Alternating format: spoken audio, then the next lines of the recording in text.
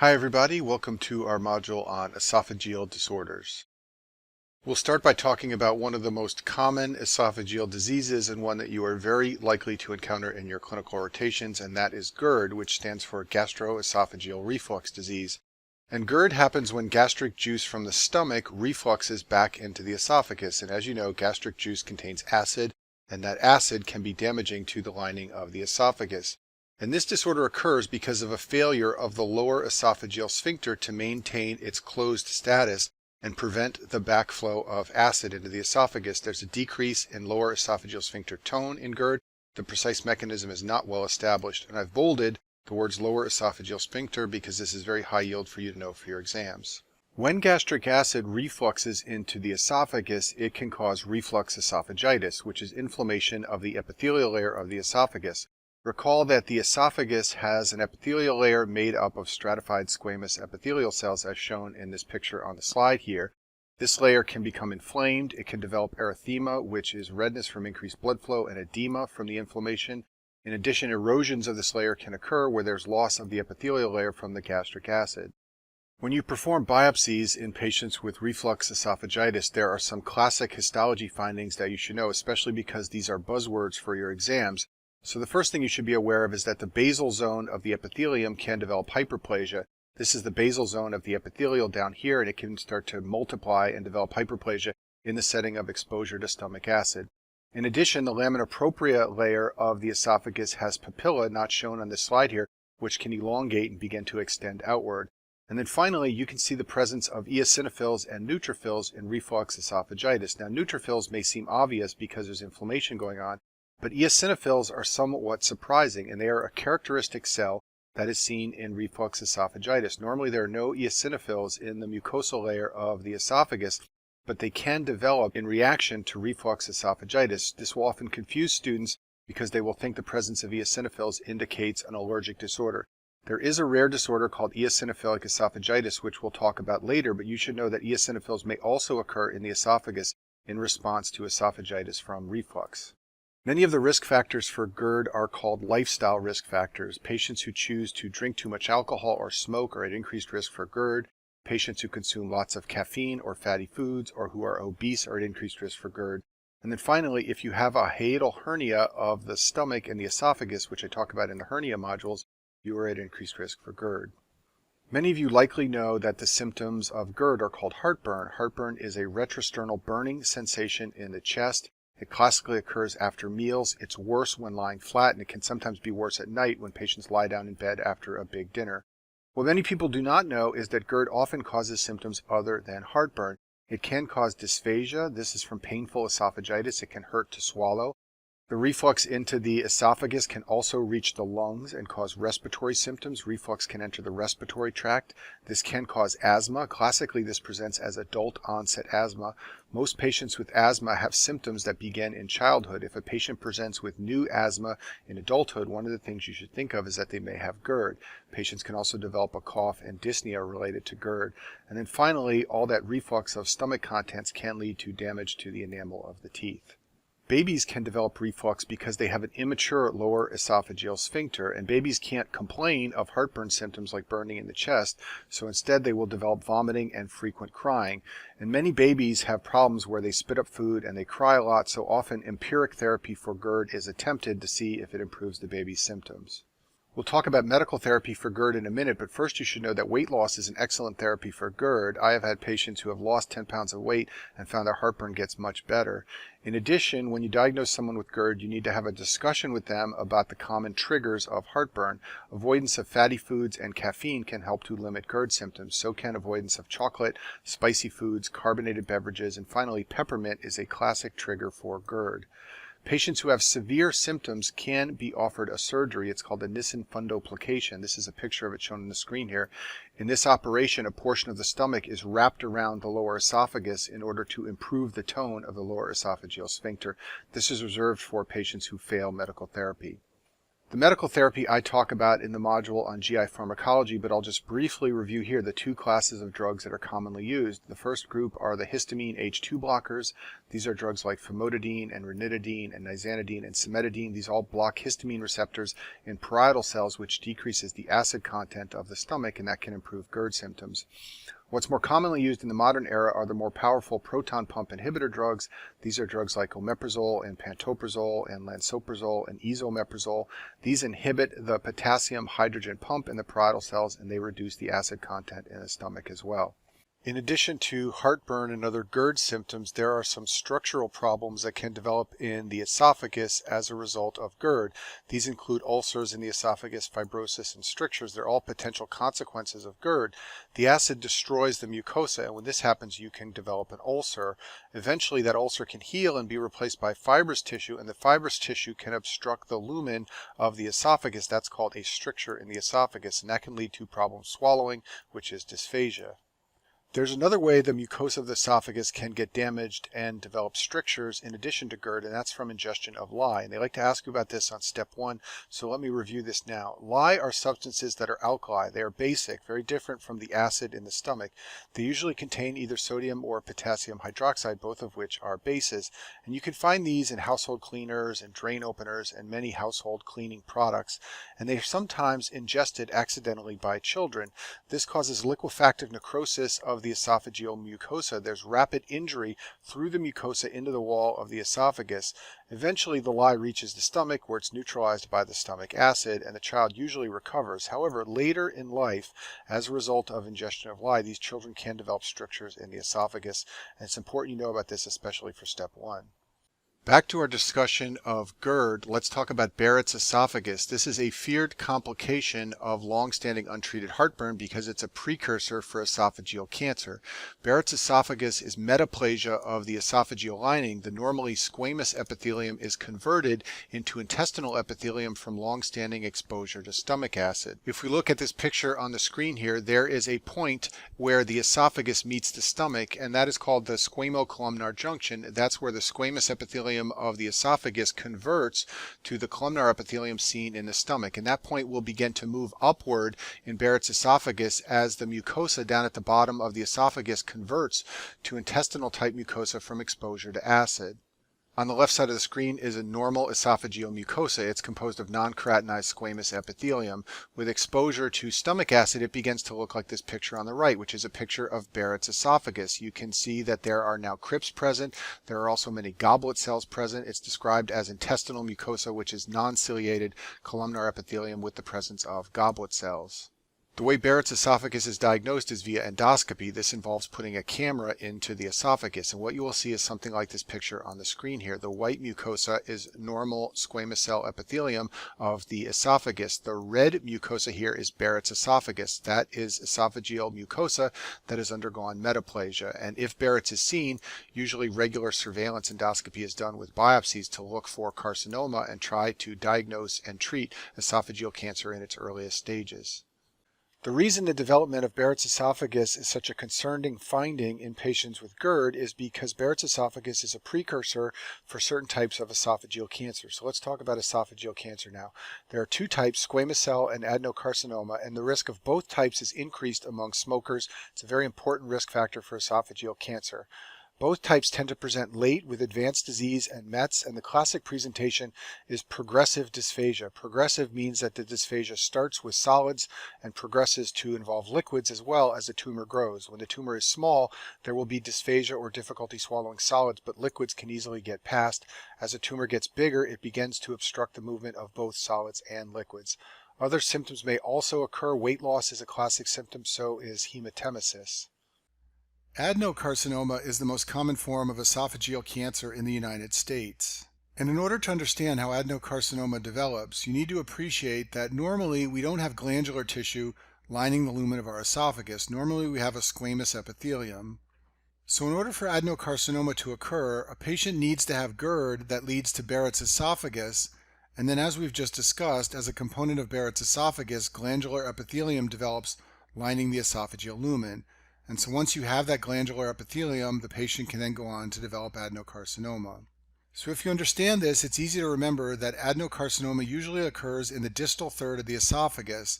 That's the portion near the stomach where stomach acid from GERD can change the lining of the esophagus. You should also know that obesity is a risk factor for esophageal cancer, and you can just think of a patient with large amounts of adipose tissue pushing on their stomach and shoving all that acid up into the esophagus. That's the way I've always remembered that obesity and any cause of GERD is a risk factor for getting acid into the lower esophagus, leading to Barrett's esophagus and adenocarcinoma.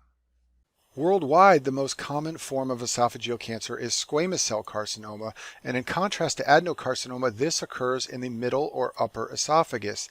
And things that are risk factors for this type of cancer are things that can damage the upper esophagus.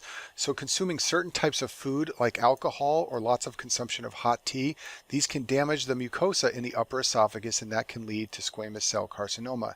Anything that obstructs the passage of food and liquid through the esophagus can lead to damage at the upper esophagus from backup of food. So achalasia, which we'll talk about later, is a risk factor for squamous cell carcinoma. So is the presence of esophageal webs, which can lead to a backup of food. We'll talk later about a Zenker's diverticulum, which can obstruct the movement of food. This can lead to squamous cell carcinoma. And finally, we mentioned lye ingestion before, and that's a risk factor for esophageal cancer. There are certain symptoms that are unique to this type of cancer that are due to its upper location in the esophagus.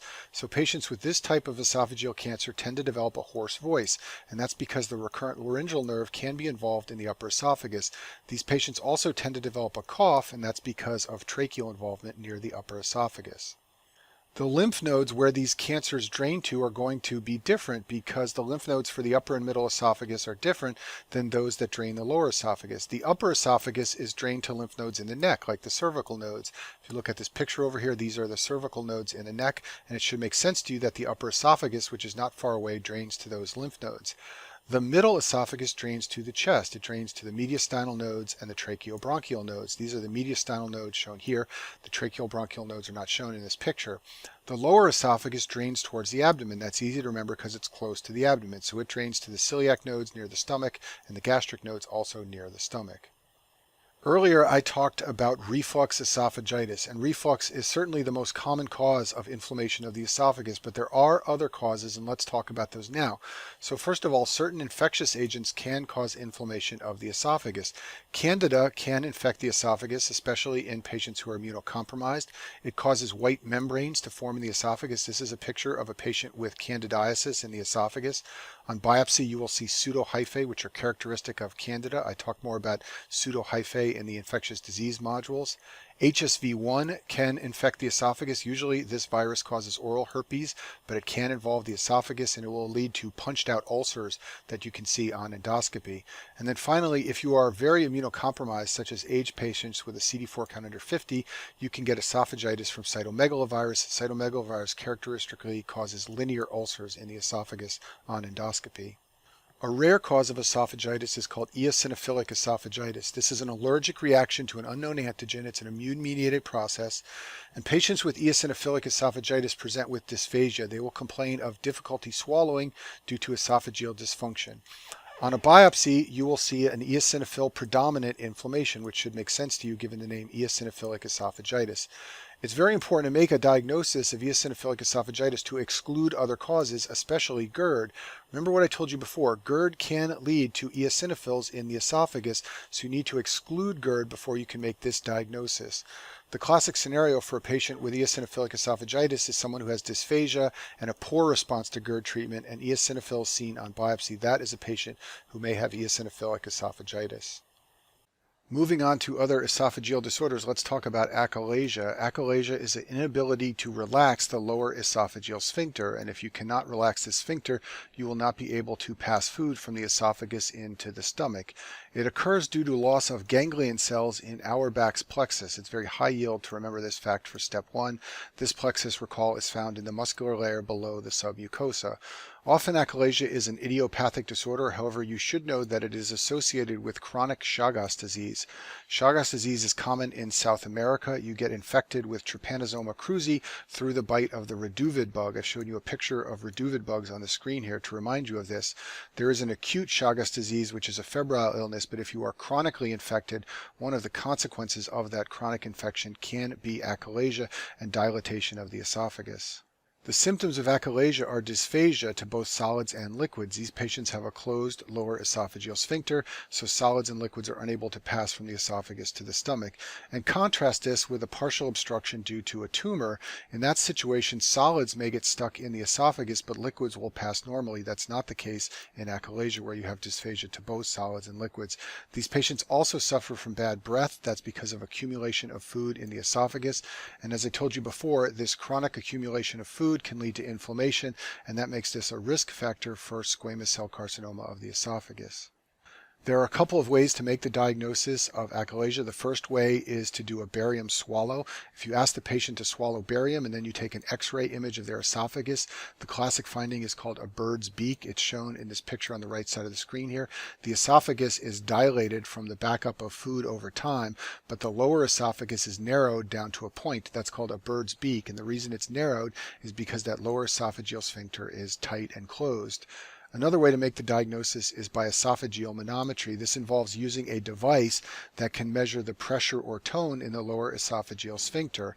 This test will show a high lower esophageal sphincter tone in achalasia, and it's important that you understand that this is different from what you see in scleroderma. I talk about scleroderma in the immunology modules. However, scleroderma can involve the esophagus, and in contrast to achalasia, patients with scleroderma have dysphagia with low lower esophageal sphincter tone. That makes it different from achalasia. Esophageal varices are dilated submucosal veins. A varix is a tortuous dilated blood vessel. Varices are multiple tortuous dilated blood vessels, and that can occur in the lower third of the esophagus in patients who have portal hypertension from cirrhosis. I talk about the mechanism of these varices in more detail in the module on cirrhosis, but the important point here is that this can lead to upper GI bleeding. This is called a variceal rupture. It's painless bleeding from the esophagus. It results in vomiting of blood. This is a common cause of death in patients with end-stage liver disease, and because of the danger of these varices, cirrhotic patients are often screened with endoscopy, and if they develop a varix, it can be treated endoscopically. The treatment for variceal bleed is to perform an emergent endoscopy and use a technique called banding or ligation, where you try to eliminate the varix so that it will no longer bleed. The Mallory-Weiss syndrome is damage to the esophageal mucosa at the gastroesophageal junction, and I've bolded the word mucosa because they like you to know which layer of the esophagus is involved in this syndrome. It causes painful hematemesis, so there are many things that will cause people to vomit blood, but if they vomit blood with epigastric pain or pain in the back, you should think about the Mallory-Weiss syndrome. It's caused by severe chronic vomiting, which results in damage to this portion of the mucosa, so this can be seen in alcoholism. It can also be seen in bulimia. A more serious condition is called the Boerhaave syndrome. This also results from severe chronic vomiting or retching, but unlike the Mallory-Weiss syndrome, which only causes damage to the mucosa, in this case, patients develop transmural rupture of the esophagus. This will result in pain, and you can also find evidence that air has exited the esophagus. A classic finding is air in the mediastinum. On chest x-ray or CAT scan, this is called pneumomediastinum. You can also sometimes see air under the skin of the neck. This is called subcutaneous emphysema.